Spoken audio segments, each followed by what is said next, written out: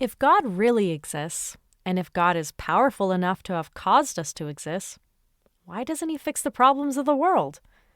Can't he stop wars from happening and make it so everyone is happy? Is this evidence that God does not love us? Or that God doesn't exist at all? Well, it may not be that simple.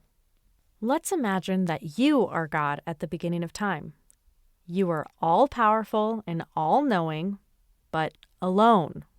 So alone.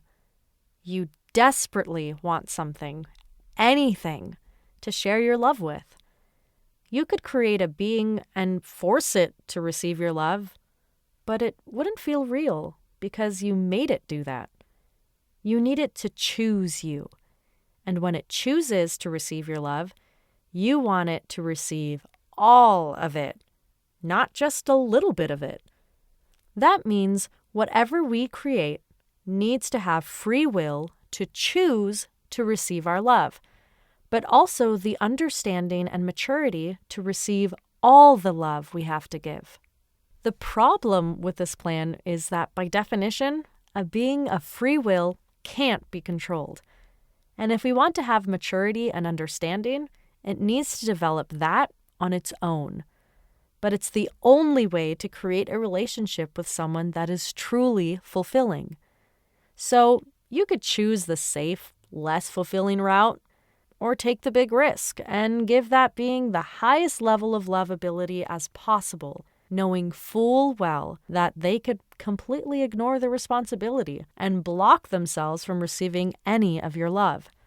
So, you could guess what God may have chosen. God took the big risk, only wanting the best for us. What does this mean?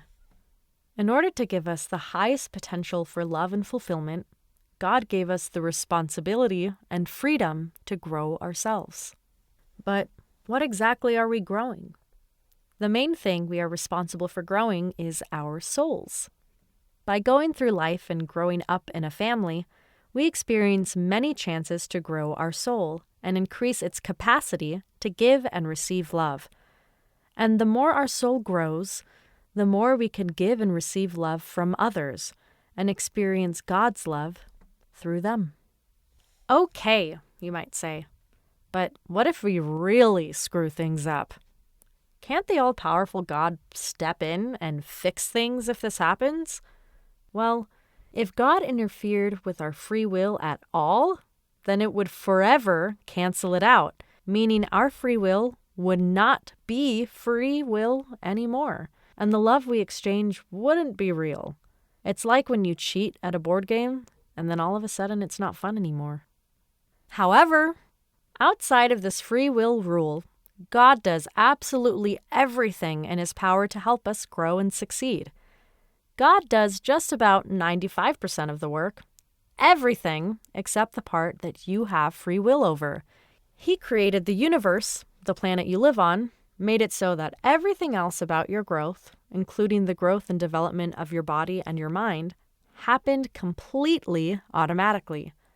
You don't have to exert willpower to make sure that you go through puberty at a certain age. It just happens, whether you want it or not. God really wants us to succeed, but just can't step over the line of free will, or else it would destroy everything. Unfortunately, this would explain why things are the way they are today, and why God can't do anything about it.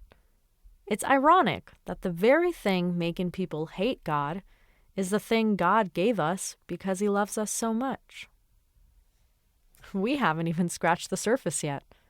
In the next video, we will talk all about the nature of the soul and how exactly we grow it.